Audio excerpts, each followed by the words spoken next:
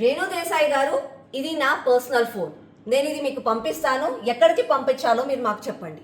దీంతో పాటుగా నా తోటి కార్పొరేటర్లు అయిన 5-6 ఫోన్లు కూడా మీకు పంపిస్తాను.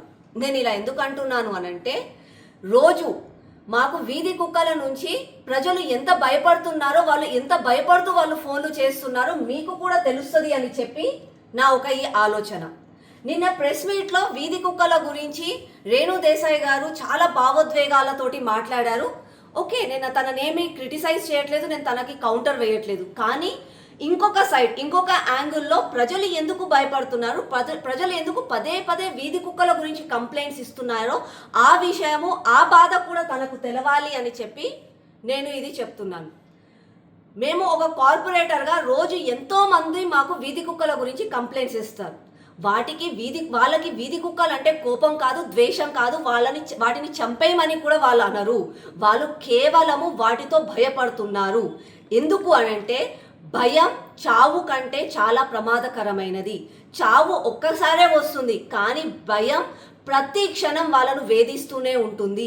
ఈరోజు మన నగరంలో కూడా వీధి కుక్కలతో ప్రజలు ఎదుర్కొంటున్నది ఇదే పరిస్థితి.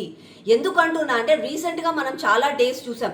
ఎలా అంటే, వీధి కుక్కలు పిల్లలని అటాక్ చేస్తున్నాయి. ఒకేసారి 8 కుక్కలు వచ్చేసి చిన్న చిన్న పిల్లలను అటాక్ చేసి చనిపోయిన సంఘటనలు మనం చూసాము. దాంతో పాటుగా ఎలాగైతే వీధి కుక్కలు కరిచిన తర్వాత ఇంజెక్షన్స్ తీసుకోవాలో, ఆ ఇంజెక్షన్స్ అవైలబిలిటీ లేకపోతే, రేబీస్ వచ్చిన తర్వాత ఆ రోగంతో ఎలా కుమిలిపోయి ఎలా చనిపోతే అక్కడ కుటుంబ సభ్యులు పడుతున్న వేదనని, ఇవన్నీ కూడా మనం సోషల్ మీడియా ద్వారా చూసాము, ప్రత్యేకంగా కూడా చూసాం. కాబట్టి ప్రజలలో ఒక భయం అన్నది ఏర్పడింది. ఈ భయం పోవాలంటే మనమేమి చెయ్యాలి? ఇంకొకటి, నిన్న రేణు దేశాయ్ గారు చాలా చక్కగా చెప్పారు, అన్ని రెస్పాన్సిబిలిటీస్ ఈక్వల్గా ఉండాలి అని. హీరో హోండాతో యాక్సిడెంట్స్ అవుతుంది, హీరో హోండాని చూసి మీరు హీరో హోండాని ఎందుకు మీరు బ్యాన్ చేయట్లేదు? కార్లు యాక్సిడెంట్లు అవుతున్నాయి, కార్లు ఎందుకు మీరు బ్యాన్ చేయట్లేదు? దోమలు కరిస్తే ప్రజలకు వ్యాధులు వస్తున్నాయి, మీరు వాటి గురించి ఎందుకు ఆలోచించట్లేదు? ఎస్, ఐ డూ అగ్రీ, ఇవన్నీ కూడా కరెక్టే. కానీ దోమని చూసే మనుషులు భయపడరు, హీరో హాండాని చూసే మనుషులు భయపడరు, కార్ని చూసే మనుషులు భయపడరు. వాళ్ళకి గుండెదడ పెరగదు, వాళ్ళు కామ్గానే ఉంటారు. చావు వచ్చినప్పుడు వస్తుందిలే అన్నట్టు వదిలేస్తారు. కానీ కుక్కలతో మాత్రం ఇలా జరగట్లేదు. నేను మీకు ఒక ఎగ్జాంపుల్ చెప్తాను. నా సరూర్ నగర్ డివిజన్లోనే ఒకరోజు ఒక రెసిడెంట్ కాల్ చేశారు.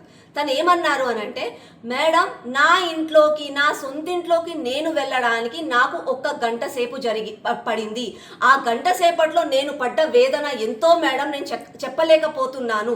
He's an age old person. తను మార్నింగ్ వాక్ అని వెళ్ళి తన ఇంట్లోకి వెళ్దాము అని అనుకుంటే, ఇంటి ముందర ఒక 10 కుక్కలు జమ అయిపోయాయి. ఇంట్లోకి వెళ్దామంటే భయం అయిపోయింది. తర్వాత వాళ్ళ ఇంట్లో వాళ్ళని పిలిచి వాళ్ళతోటి మాట్లాడి అక్కడ కింద ఉన్న కుక్కలని అంతా పంపించిన తర్వాత అప్పుడు తన ఇంట్లోకి వెళ్ళాను అని చెప్పి ఆ రోజు తన బాధను చెప్పుకున్నాడు. ఇంకొక ఇన్సిడెంట్, ఒక తల్లి నాకు జనరల్గా ఒక రోజు ఫోన్ చేసి చెప్పింది, అమ్మ, నా బిడ్డ 6 గంటలకి రోజు ట్యూషన్కి పోతుంది. 1 గంట సేపు ట్యూషన్ అయిన తర్వాత ఇంటికి తిరిగి వస్తుంది. ఒక 2 వీధుల పక్కన ట్యూషన్ ఉంది, ఆ వీధులను దాటుకుంటూ నా ఇంటికి రావాలి. ఒక రోజు 1 గంట సేపు అమ్మాయి రాలేదు, ఏమైందో అని చెప్పి మేము కంగారు పడ్డాము. అమ్మాయి, చిన్న అమ్మాయి, ఫోన్ కూడా మా లేకుండే. మేము చాలాసేపు వెయిట్ చేసాము. తర్వాత అమ్మాయి వచ్చిన తర్వాత అడిగితే అమ్మాయి మాకేం చెప్పిందంటే, అమ్మ, 2 వీధులేనండి, ఆ 2 వీధులలో నుంచి దాటుకుంటా రావాలంటే, ఒక వీధి నుంచి వస్తుంటే ఆ రోడ్డు చివరలా కుక్కల గుంపు ఉండే.